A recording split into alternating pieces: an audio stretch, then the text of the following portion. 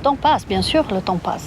Et c'est pour ça qu'il faut réaliser ses rêves. Il ne faut pas les laisser dans un tiroir ou au fond de sa tête en disant peut-être qu'un jour que. Parce qu'un jour, on peut se réveiller et puis c'est trop tard.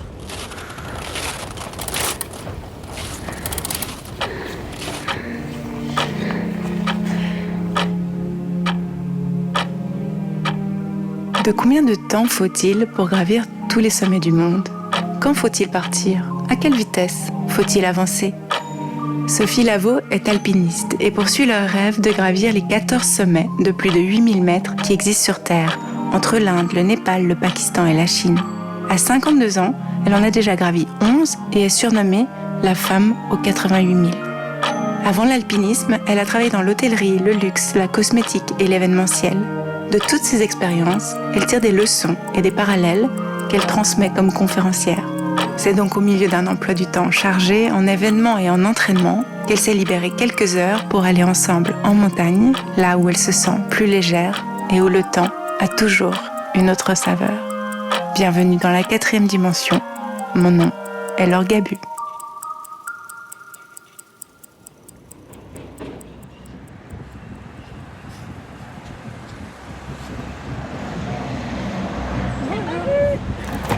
Ouais, j'ai vu. J'étais de l'autre côté de la maison. Ah, voilà. Et moi, j'étais dans la rue, là. Ouais, du coup, j'ai vu une voiture filer. Je me suis dit, oups.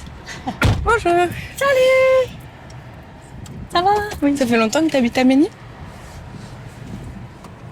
Ah oui, ça fait un moment, ouais.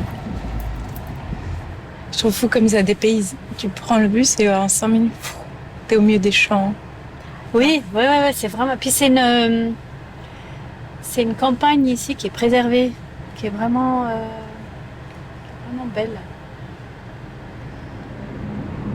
On va aller au pied des Voirons, qui est vraiment la petite montagne la plus proche d'ici. C'est ma copine, c'est celle où je pense que j'ai fait le plus de fois le sommet de toutes les montagnes que j'ai gravies. Ça doit être celle-ci. Sur l'autre versant, pas le versant qui donne sur Genève, mais sur l'autre versant, côté Vallée Verte, en France, on a notre maison de famille là. Donc je pense qu'avec ma maman, on a dû monter et descendre ça des dizaines de fois. Des fois, je monte par ce versant, je fais toute la crête et je redescends de l'autre côté à la maison. De la maison à la maison. C'est ça. Tu veux me raconter comment toi t'avais commencé à faire de l'alpinisme? Oh, je pourrais presque dire que le point de départ, c'est le sommet du Mont Blanc. En quelle année? En 2004. En fait, j'avais déjà fait 2-3 petites choses, mais surtout cette année-là, c'est un pari que j'ai fait avec un copain qui avait le rêve de gravir le Mont Blanc. Et on s'est fait le pari qu'on arriverait au sommet dans l'année. Et donc lui, il a réalisé son rêve, puisqu'on y est arrivé le 30 septembre 2004. Lui, il a réalisé son rêve, et puis moi, ça a vraiment été un espèce de déclic. Et c'est vraiment ça qui est le début de ce chemin de quête d'altitude, en fait. Parce qu'après 4000 mètres, je me suis dit, tiens, je vais aller peut-être à 5000, à 6000, à 7000, etc. Mais c'est vraiment petit à petit, un pas par après l'autre. Et puis et là, on est arrivé, donc on va se garer. Super. Mais tu arrives à décrire ce que c'est, cette chose qui te fait continuer ou recommencer? C'est l'aventure surtout qui m'intéresse. C'est l'aventure, Et il y a aussi cette quête d'aller toujours un petit peu plus haut. Alors après, tu vas me dire qu'une fois qu'on a fait l'Everest, on va où? Parce qu'on peut pas aller plus haut. Celle-là, je l'attends, la question. Donc. T'as déjà la réponse? Bah oui. Tu me l'as dit à la fin. Tu l'avais maintenant? Ouais, vas-y. Enfin, chaque ascension est unique, vraiment. On peut faire 10 fois le Mont Blanc, ce sera jamais la même expérience. Donc en fait, une fois qu'on a été plus haut, le plus haut possible, où on ne peut pas aller plus haut, qui est le sommet de l'Everest, qui est le point culminant de la planète, eh ben, on fait autre chose. On va ailleurs, mais à chaque fois, c'est de nouveau une nouvelle aventure, en fait. Mais toi, t'as déjà fait l'Everest. Ouais. Donc j'ai fait autre chose après.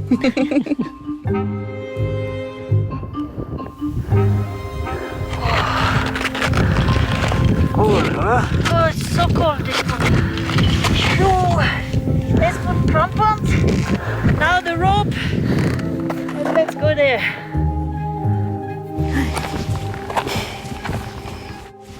Tu te souviens la première fois où tu étais dans l'Himalaya? C'était en quelle année? Alors la première fois que j'ai été au Népal, c'est en 2002, je crois. Donc avant le Mont Blanc? Ouais. Mais pour un trek, en fait, je suis partie avec mon frère. Et on est parti faire un trekking. En fait, on était hors saison. On voulait aller au camp de base de l'Everest. Et en fait, les lodges pour y accéder étaient fermés. Donc on a bifurqué et on a été faire un col qui s'appelle le Chukungri. Et ça a été effectivement ma première expérience au Népal avec un peu d'altitude. Il y a peut-être des moustiques un peu, non? Tu m'emmènes où ici? Ce petit chemin, où est-ce qu'il mène? Ce petit chemin, il amène à la petite chapelle qui s'appelle Notre-Dame de Chermont et qui est vraiment au pied des Voirons. Hein. Il fait trop chaud, on va pas monter bien haut. Mais j'aime bien cette petite chapelle parce que déjà il y a une jolie vue et puis c'est ma copine quoi. J'y passe souvent donc on se connaît. Mais bon, je suis pas du tout croyante ni rien, mais j'aime bien les petites chapelles comme ça dans les bois, les petites églises. Puis du coup, on a la vue sur tout... C'est tout Genève. Ouais. C'est incroyable.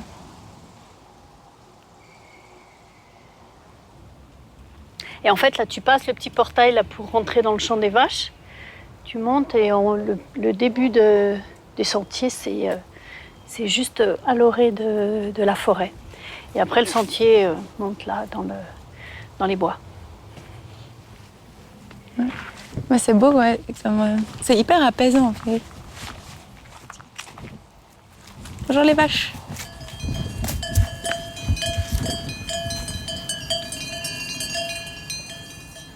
Ma maman était une férue de trekking et de randonnée. Elle a vraiment crapahuté et arpenté le monde entier. Et je pense que c'est vraiment elle qui m'a donné le goût à la fois de l'effort et des voyages, finalement. Il y a aussi une chose qui, avec le recul, je me rends compte que ça doit certainement me rendre service aujourd'hui, c'est que j'ai fait beaucoup de danse classique.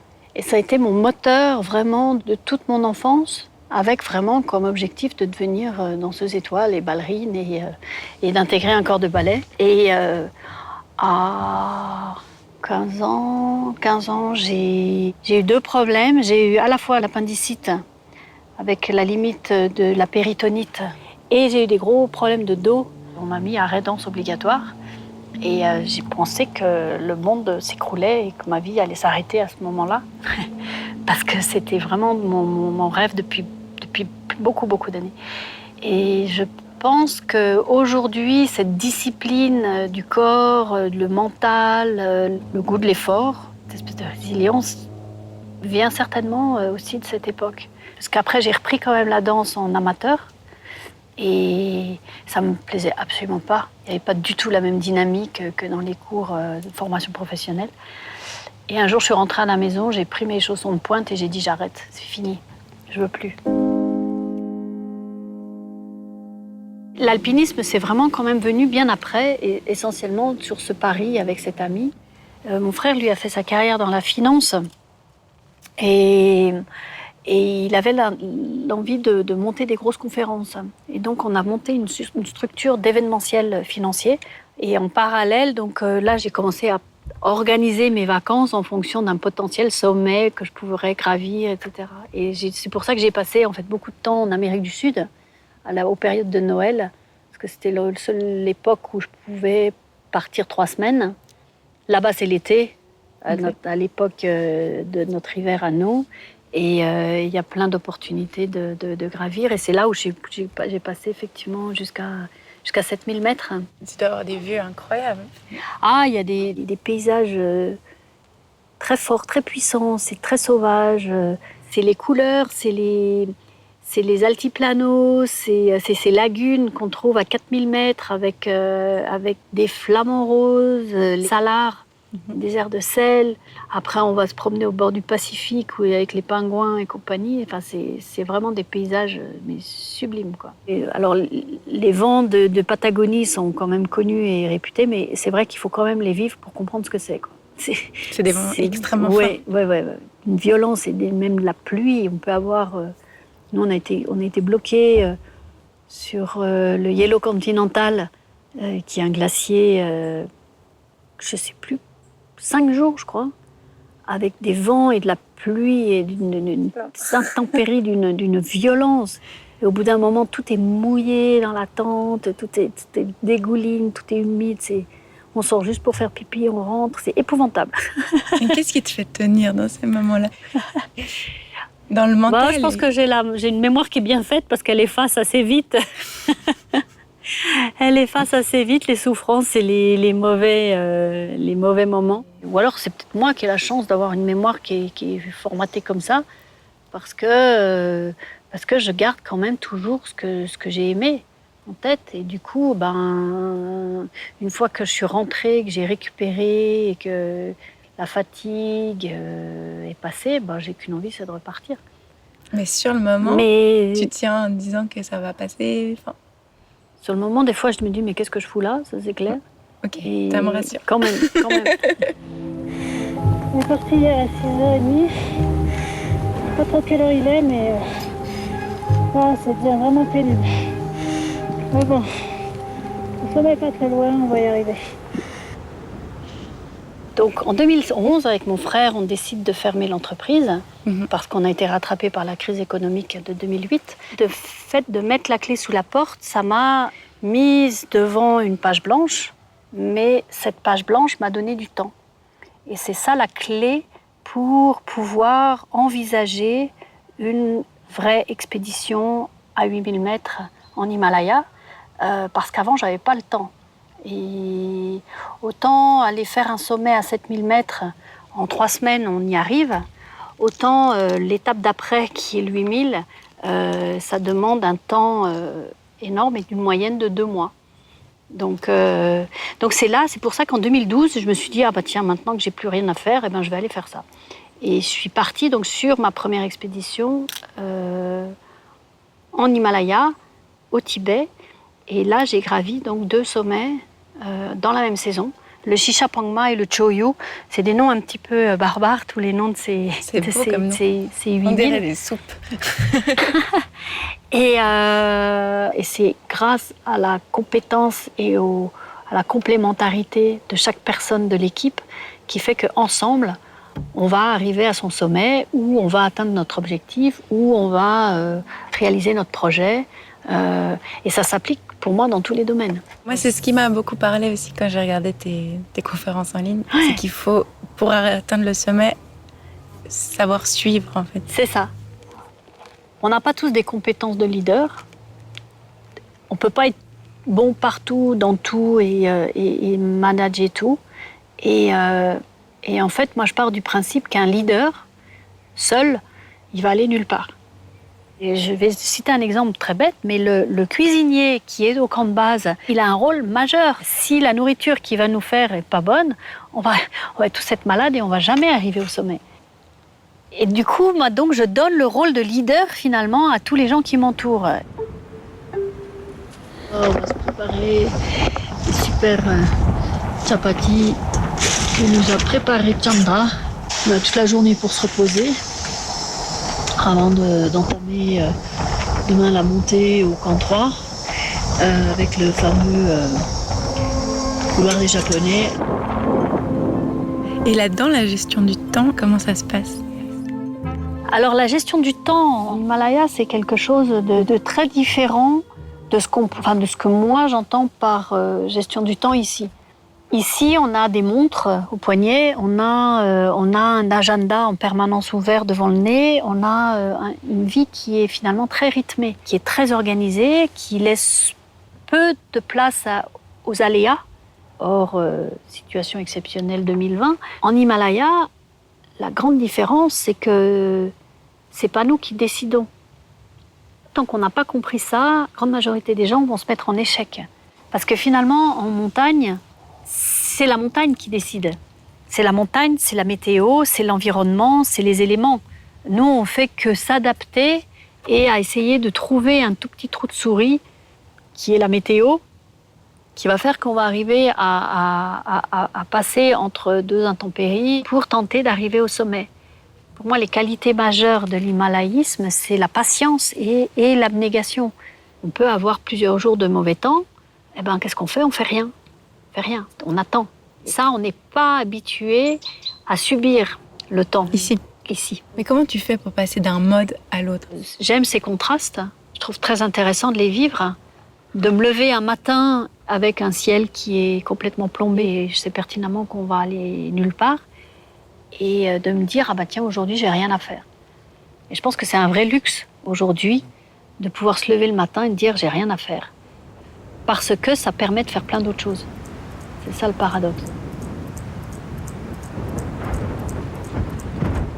Au camp de base, on est quand même à plus de 5000 mètres, à une altitude au-dessus du Mont Blanc. Donc on est déjà en état d'hypoxie. Le manque d'oxygène altère la réflexion, altère les fonctionnements de l'organisme. Tout est beaucoup plus dur, prend beaucoup plus de temps. Et tant que le corps n'est pas acclimaté, c'est-à-dire qu'on a passé suffisamment de temps en altitude pour que l'organisme soit habitué, toute cette phase de préparation demande beaucoup d'énergie et sollicite énormément le corps. Et dans tous ces moments-là, toutes les expériences que tu as pu faire, est-ce que tu as eu l'impression que le temps passait? Et si oui, comment? Alors le temps passe évidemment d'une façon complètement différente. Et moi, pour justement garder quand même une sorte de routine, je vais me donner une tâche par jour. Alors que je vais en avoir 15 ici, au camp de base, je vais me donner une tâche par jour quand on est au repos ou en attente ou autre. Par exemple, écrire un texte, par exemple, aller rendre visite à l'expédition d'à côté, aller boire le thé avec eux, pour garder un rythme de mouvement aussi. Parce que l'hypoxie a quand même tendance à mettre le corps en mode un peu léthargique. À l'arrêt un peu. Et on aurait tendance à être vite paresseux ou à rester couché dans sa tente. Et moi, je me force à avoir une routine. Le matin, je fais une petite toilette dans la tente, je me change. Donc, je change d'habit. Ça paraît bête, mais psychologiquement, c'est intéressant. Je sors et j'essaie de ne jamais aller me recoucher dans la tente de la journée. Sauf peut-être sur les créneaux juste avant le dîner où il n'y a plus de soleil, ou quand il fait vraiment froid, ou dehors on a vraiment froid, donc on est quand même bien dans son duvet, pour attendre l'heure du dîner par exemple. Mais pour garder une forme de rythme justement. Voilà, c'est ça. Mais après, donc, dans le laps de temps, c'est pour ça que je fais aussi souvent l'analogie entre une expédition à 8000 et puis la gestion d'un projet, quel qu'il soit. Parce qu'il y a un point de départ et puis il y a une échéance du temps. Donc dans un projet classique, c'est le moment où on doit rendre le projet ou autre. Et dans une expédition, si on prend la saison du printemps par exemple, c'est l'arrivée de la mousson. Et une fois que la mousson, donc l'échéance, elle va être là. Donc il faut quand même qu'on ait réussi à réaliser notre expédition dans ce laps de temps. D'accord. Donc c'est pas qu'on peut dire oh ben non, j'attends la prochaine fenêtre météo et puis on verra bien. Et comment tu te représentes le passé, le présent et le futur dans ce cadre que tu viens de définir? Au quotidien, la façon pour moi de vivre le mieux ce temps, c'est de vivre dans le présent. Finalement, le matin, quand on a décidé, ou la veille, on sait que le lendemain, on ne va pas partir sur la montagne. Alors, ce qui va m'intéresser, c'est ce que je vais vivre et ce que je vais faire dans la journée. Ce qui va se passer après, ça ne m'intéresse pas. Et j'essaye de ne pas me projeter. Et pourquoi je ne me projette pas? Parce que si on se projette de trop loin, on risque de se mettre dans un état de stress parce qu'on a toute cette tâche à accomplir. It's very hot today, so very tiring. But we took 6 hours 30. So I think we should be a little bit acclimatized. This is good. Je dis ça parce que j'ai côtoyé des alpinistes qui probablement techniquement étaient bien plus aguerris et plus forts que moi, entre guillemets forts dans le sens technicité de l'alpinisme, mais qui se sont mis en échec avec des crises d'angoisse, avec des insomnies, avec un stress permanent, soit parce qu'ils avaient une date précise où il fallait qu'ils soient rentrés, ou l'objectif à tout prix qui fait qu'ils n'arrivent pas à prendre le recul suffisant pour avancer étape par étape. Et à rester en fait dans le moment. Ils se projetaient beaucoup trop dans le futur. Je pense que c'est une des clés aussi de ces réussites, de ces grands sommets, c'est d'essayer de rester le maximum dans l'instant. Et toi, tu y parviens, tu as l'impression que tu y parviens assez bien? Alors non seulement j'y parviens assez bien, mais je pense que c'est vraiment quelque chose presque un peu d'inné. Et c'est marrant parce qu'après, j'ai regardé quelques enseignements du bouddhisme et c'est vraiment un des fondamentaux. Et paradoxalement, donc je côtoie la communauté Sherpa qui est bouddhiste, qui sont souvent très croyants, où on fait donc les cérémonies au camp de base, des prières pour demander l'autorisation à la déesse de la montagne de gravir ses flancs, etc., etc. Et voilà. Donc je pense que j'ai la chance, parce que je pense que ça c'est quelque chose, c'est inné en moi. C'est pas quelque chose que j'ai travaillé finalement. Et par rapport au passé, tu y penses, ça t'aide, comment tu l'appréhendes? Je regarde pas souvent dans le rétroviseur. Donc ce qui est fait est fait. Ce qui est intéressant avec le passé, c'est l'expérience qu'on acquiert. Ça, non seulement c'est intéressant, mais c'est important d'en tirer vraiment profit. Après voilà, il me reste encore 4 sommets et c'est vrai que si j'avais peut-être quelques années de plus devant moi, ce serait pas mal. Mais bon, de toute façon, je suis assez. Je me dis on fait les choses à un moment de sa vie et parce que la vie nous donne cette opportunité à ce moment-là. Avec des si, on refait tout le film. Et si tu pouvais pas les faire, ces 4 sommets? Eh ben, je les ferais pas. C'est juste un objectif qui te permet d'avancer? C'est pas un objectif, c'était vraiment, ça a été, pour moi, quand j'ai commencé à gravir ces 8000, c'était un espèce de rêve absolu. Mais c'était vraiment à l'état de rêve. Je parlais du Graal, j'utilisais vraiment ces mots-là. Et puis petit à petit, donc j'ai vraiment organisé, j'ai organisé ma vie, j'ai fait des choix. Tu as aussi créé ton entreprise, toi, hein, c'est assez impressionnant. Exactement, je me suis vraiment donné les moyens de réaliser ce rêve. Et c'est ça qui est intéressant dans cette aventure, finalement. Je reviens à ma question sur le temps. Est-ce qu'il passe pour toi? Le temps passe, bien sûr, le temps passe.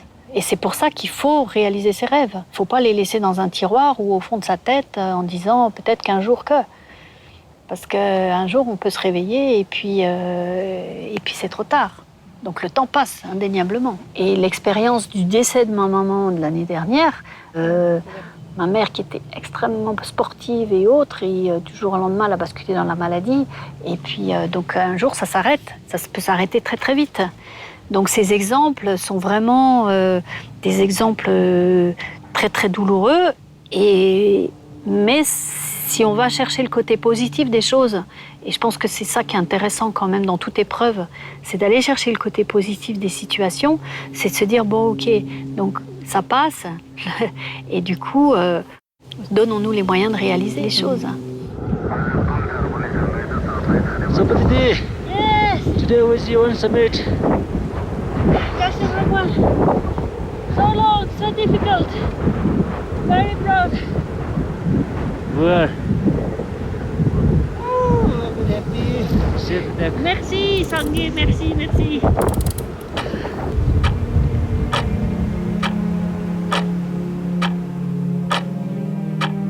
C'était La Quatrième Dimension, un podcast réalisé par moi-même et produit par Reportage.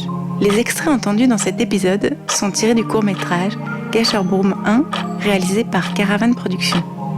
Retrouvez cet épisode sur votre plateforme d'écoute préférée. Pensez à lui mettre plein d'étoiles, des commentaires et à le partager avec votre réseau.